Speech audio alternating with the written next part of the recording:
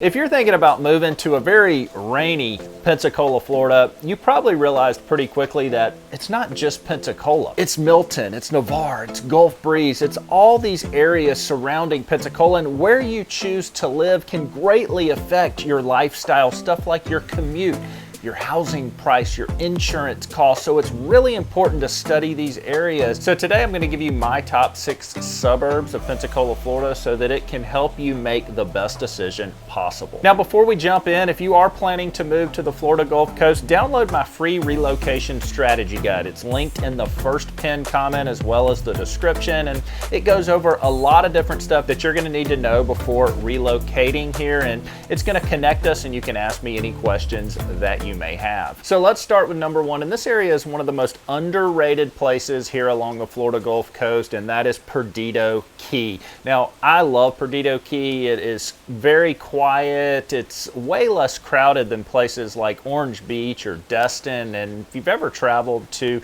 Perdido Key, you know what I'm talking about. One thing I really love about the area is all the beaches are public. I'm going to talk a lot about that today, so you don't have to pay these crazy parking fees to go and sit on a nice public beach. There's also a lot of great communities in Perdido Key, from the $300,000 range all the way up to $700,000-800,000, depending on the lifestyle that you want. Do you want gated community or not? A lot of military folks move in here because we're very close to NAS, which anywhere you move here in one of the Pensacola suburbs, you're going to be very close to a military base. That's why it's pretty easy to sell your house, and it's why our market here holds its value, because of the military turnover.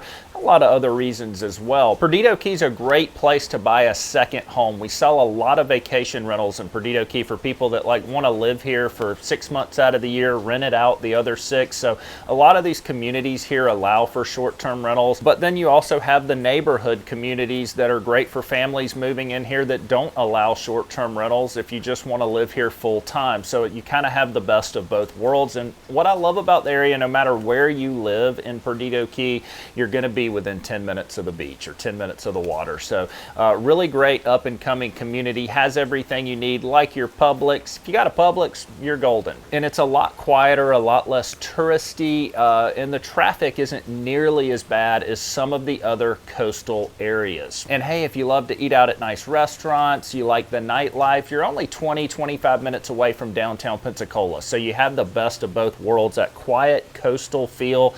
And then hey, if you need to go into the city, you have that option. Now let's talk about number 2, and number 2 is Navarre, Florida. Navarre gives you great public beach access everywhere. It's more affordable than, say, Destin or Gulf Breeze. Navarre is great for families that are moving into the area. It's in Santa Rosa County, unlike Perdido Key, which is Escambia County. Santa Rosa County is known for their schools, so you have a lot of great school options in Navarre. I sell a lot of homes in Navarre in the $350,000 to $450,000 range. You can get a really nice home for that in Navarre. Great golf course there, Hidden Creek Country Club. In my opinion, is probably the nicest golf course in this area. Really nice community surrounding the golf course in case you like that country club feel.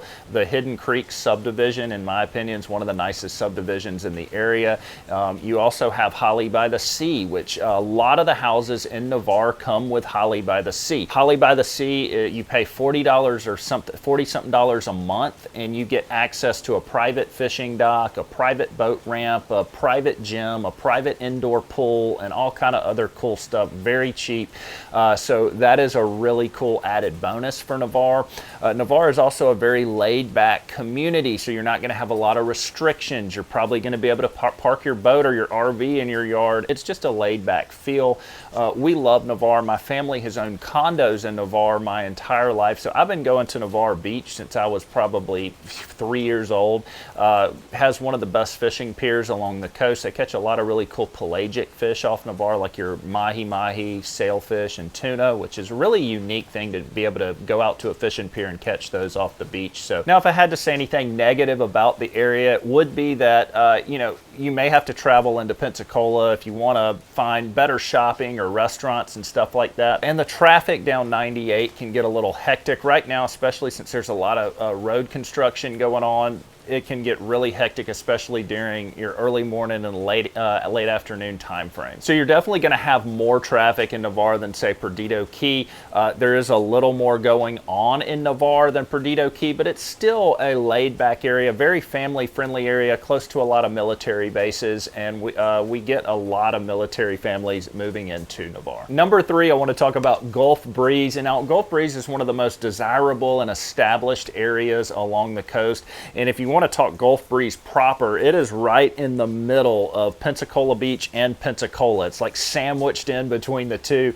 Now that area in Gulf Breeze proper is going to be a little more expensive. You're looking at, you know, $700,000 to probably $1.5 million price point for a house. Now, if you want to get just outside of that area and head east a little closer to Navarre, that part of Gulf Breeze, you can get a little more affordable housing in like the $400,000 range to, you know, $600,000 range. But Gulf Breeze is a little more expensive place to live. It has a great school system, an amazing boat ramp. If boating is your thing, they have Shoreline Park boat ramp, which is a great, easy access boat ramp. You can run right across the sound to all the restaurants. Park your boat there, pull up and go hang out at the restaurants, or you can drive to Pensacola Pass, which is an easy, you know, 6 or 7 mile run. There's a lot of really cool things going on in Gulf Breeze, and it is constantly growing. You will have to deal with the traffic there, and it is a speed trap, okay? So be mindful of that. If you are traveling to the area and you want to go to Pensacola Beach, you're going to have to go through Gulf Breeze. Gulf Breeze is a speed trap, so take it slow, okay?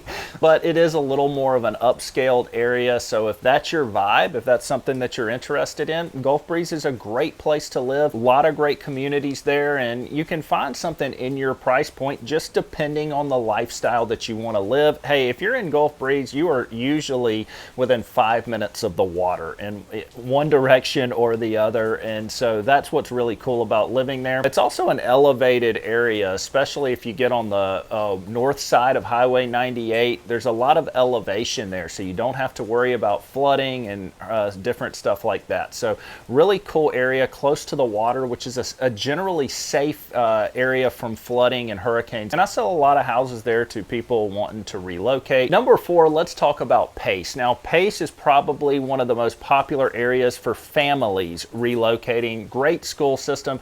You can find a lot of new construction homes in Pace. You'll get a lot more bang for your buck. You got a lot of newer homes in that $300,000 to $500,000 range, and you have a lot of those master planned neighborhoods. Now, some people don't like that. Some people want a little more character, but if bang for your buck, if really nice house is what's important to you, Pace is a great option because you're going to get newer, you're going to get everything up to date, you're going to get a really nice house that you wouldn't necessarily get in Gulf Breeze at this price point. So, you know, or you definitely wouldn't get in Pensacola at this price point. So if, and here's the great thing about Pace, you're only 30 minutes from the beach. So it's not like you're that far inland. You're still very close to Escambia Bay. If you like fishing, it's a great place to fish. So you're about 5 to 10 minutes from Escambia Bay if you live in Pace, and you're 30 minutes from Pensacola Beach. So it's a great option. There is a little more traffic in Pace. Pace is constantly growing, but it's definitely a place that you need to look for if you're interested in newer construction, new homes, and don't really care that you're 25 to 30 minutes from the coast. Number 5, I want to talk about Cantonment. Now, this is the place if you're looking for bigger lots, a more rural area. If you want space, Cantonment is your place. That is one of the only areas that is a suburb of Pensacola that you can find, you know, lots that are 1 acre, 2 acre. So it's a place that you can still purchase land. Now, the only drawback is you are more out into the country. It is a more rural feel. You'll definitely be able to get more bang for your buck out there housing wise, but you are a little further from the coast and you're not necessarily right in the action. Now, a couple positive things about it, you are close to the interstate. Both interstates, Interstate 10 that runs east and west, and your you're close to 110 that takes you right through the middle of Pensacola, and you can get to the beach or downtown Pensacola relatively quick by taking 110. So you have that option from Cantonment. Cantonment also has some solid schools like Tate High School, great baseball program, really good sports program, and there are a lot of really nice neighborhoods over there if you like the neighborhood feel. But you're definitely a little more out in the country if that's your thing. You're going to get more bang for your buck housing wise. You may even find some really nice houses for that, you know, $290,000 to $350,000 range, just because you are further out into the country. Now, one thing you want to be mindful of is there are fewer amenities in Cantonment. You're not, like I said, you're not in the action, so you may have to drive a little ways to get to the grocery store, get to your gym, or get to your workplace, or wherever you may be going. You are probably going to have a little longer drive, but it is by far the best place in our area for people who are wanting privacy, land, and a little more breathing room. Now let's talk about number 6, and number 6 is Milton. This place gets overlooked a lot, but it probably shouldn't. Milton gives you that small town feel, but is still kind of in the action. I mean, you're right next to Blackwater River, which is a really clean river, lots of great fishing, skiing, boating. Blackwater River is where I grew up. I spent a lot of time on that river as a kid. You can also get more affordable housing in Milton. You can get some really nice properties for $250,000 in the Milton area, and you're not that far from the coast. You're still only 30 minutes from Navarre Beach, or you can jump across Garcon Bridge and be at Pensacola Beach in 35 minutes or so. So even though you are in a small town, it doesn't necessarily give off a coastal feel. It gives off more of a country feel. You kind of feel like you're in Alabama. It does have a high school. I went to Milton High School. I graduated from there a long time ago. Now, a few of the negatives about Milton: if you have to work in Pensacola, it's going to be a much longer commute. It's not nearly as polished as some of the other places, and there's probably fewer jobs in Milton, so you may actually have to work in Pensacola if you live in Milton.